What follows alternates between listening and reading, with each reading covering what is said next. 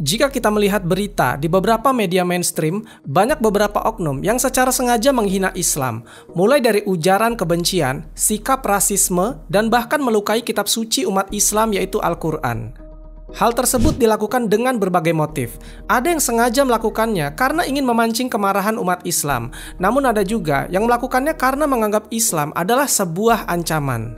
Yang pada intinya, perbuatan tersebut masuk ke dalam kategori Islamophobia. Dan biasanya orang-orang yang menganut Islamophobia ini kebanyakan berasal dari Barat, karena jumlah kaum muslimin di sana tergolong minoritas. Beberapa tahun belakangan ini, banyak terbentuk komunitas-komunitas di Barat yang bertujuan untuk membenci umat Islam. Komunitas-komunitas ini dibentuk untuk mengumpulkan orang-orang yang merasa bahwa Islam adalah agama yang penuh dengan kekerasan. Mereka mulai melakukan serangan fisik atau verbal kepada masyarakat muslim yang tinggal di negaranya. Undang-undang di negara itu pun terkesan seperti merugikan bagi masyarakat Islam, seperti pelarangan memakai hijab, diskriminasi dalam bidang pendidikan, pekerjaan, dan hubungan sosial. Bahkan komunitas muslim di sana sering dijadikan kambing hitam ketika krisis ekonomi atau ketika krisis politik terjadi. Ketika semua kejahatan ini terjadi, pihak yang berwenang dan pemerintah di negara itu seperti tutup mata, seolah-olah membiarkan dan menganggap itu adalah hal yang wajar. Iya tentu, Islamophobia di kebanyakan negara di Barat adalah sesuatu yang wajar. Lalu kenapa di Barat banyak yang menganut Islamophobia? Tentu jawabannya adalah ketakutan. Mereka takut Islam berkembang di negaranya. Mereka juga khawatir soal imigrasi orang-orang muslim yang tinggal menetap di negaranya. Dan mereka takut pengaruh Islam menyebar luas di negaranya, sehingga banyak penduduk asli di sana keluar dari agama-agama mereka dan menerima Islam sebagai agama yang baru. Ya, pada intinya mereka takut kepada pengaruh Islam, sehingga apapun mereka lakukan demi membuat buruk citra Islam di mata masyarakat. Salah satunya peristiwa yang terjadi di Norwegia.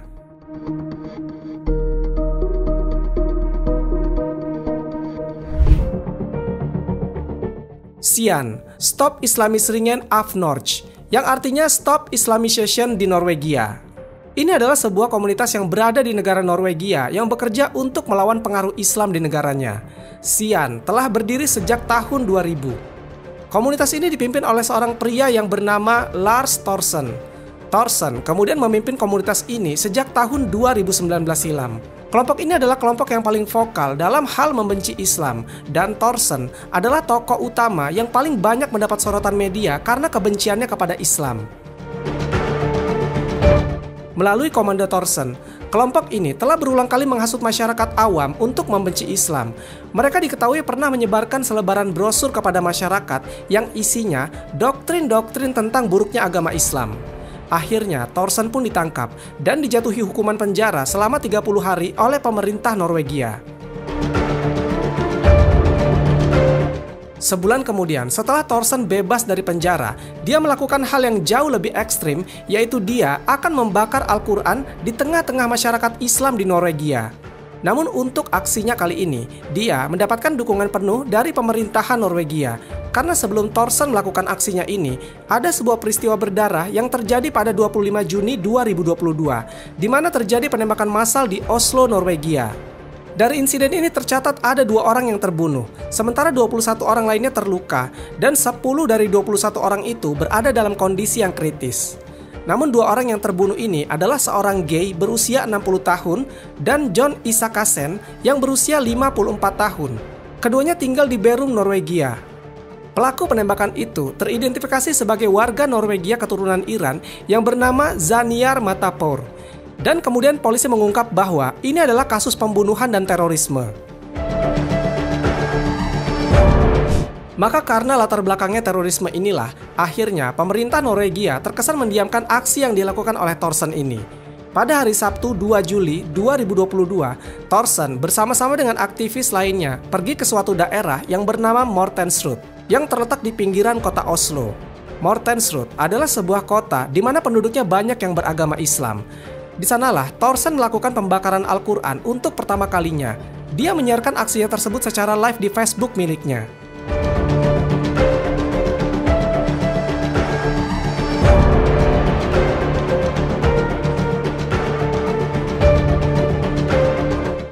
hanya membakar Al-Quran di tempat itu saja, bahkan Thorsen dan beberapa rekannya kembali membakar Al-Quran sambil berkendara.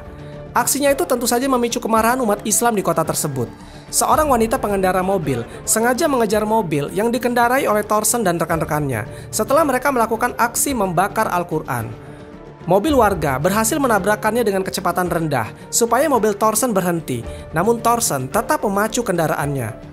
Pengendara mobil kemudian menabrakkan mobil pembakar Al-Quran itu dengan kecepatan tinggi hingga membuat mobil Thorsen terguling. Dikutip dari Daily Mail, mobil pemimpin kelompok anti-Islam ditabrak oleh seorang wanita dalam pengejaran spektakuler dan terekam kamera setelah aksi membakar Al-Quran di halaman sebuah masjid di ibu kota Norwegia. Lars Thorsen, pemimpin kelompok anti-Islam Sian, membakar Al-Quran di Oslo pada hari Sabtu. Mobilnya kemudian ditabrak saat melaju di jalan raya. Rekaman yang diambil oleh kelompok anti-imigrasi menunjukkan saat mobil Thorsen ditabrak. Mobil jeep berguling hingga terbalik setelah ditabrak, meninggalkan 5 penumpang dengan luka-luka. Lars Thorsen, pemimpin kelompok provokator Sian, sedang mengemudi menuju ibu kota Oslo pada hari Sabtu sekitar pukul 3 sore. Rekaman yang diambil oleh aktivis anti-imigrasi dari alternatif media yang mengendari mobil di belakang menunjukkan Mercedes B-Class abu-abu menabrak jeep gaya militer Thorsen, membuatnya terguling-guling hingga berhenti dengan posisi terbalik.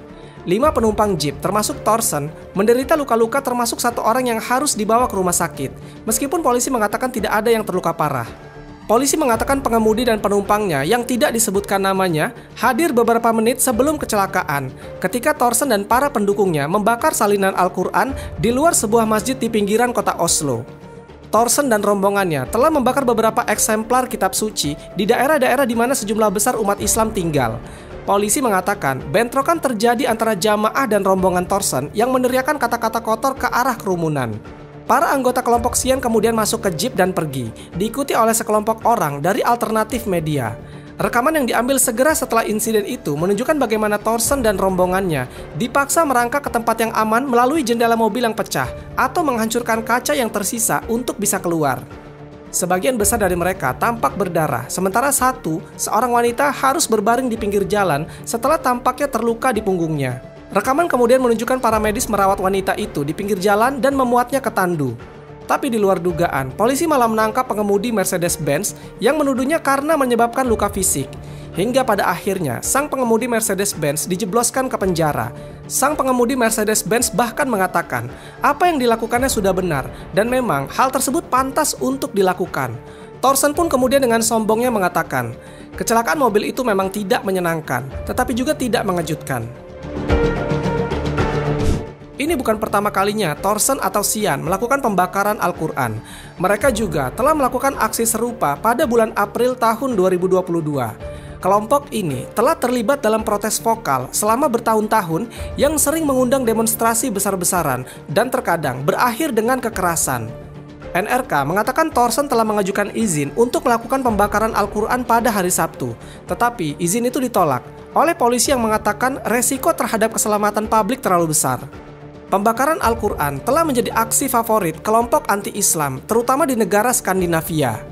Dan sebagai catatan, umat Islam di Norwegia pada tahun 2020 tercatat ada sekitar 128.607 jiwa, atau sekitar 3,4% dari total populasi. Presentasi ini terbilang naik beberapa persen jika dilihat pada tahun 2019 lalu yang berjumlah 175.507 jiwa, atau sekitar 3,29%. Meskipun banyak orang yang sejenis Thorsen yang melakukan aksi benci Islam, namun hal tersebut ternyata tidak membuat penurunan jumlah kaum muslimin, terutama di Norwegia. Bagaimana menurut kalian?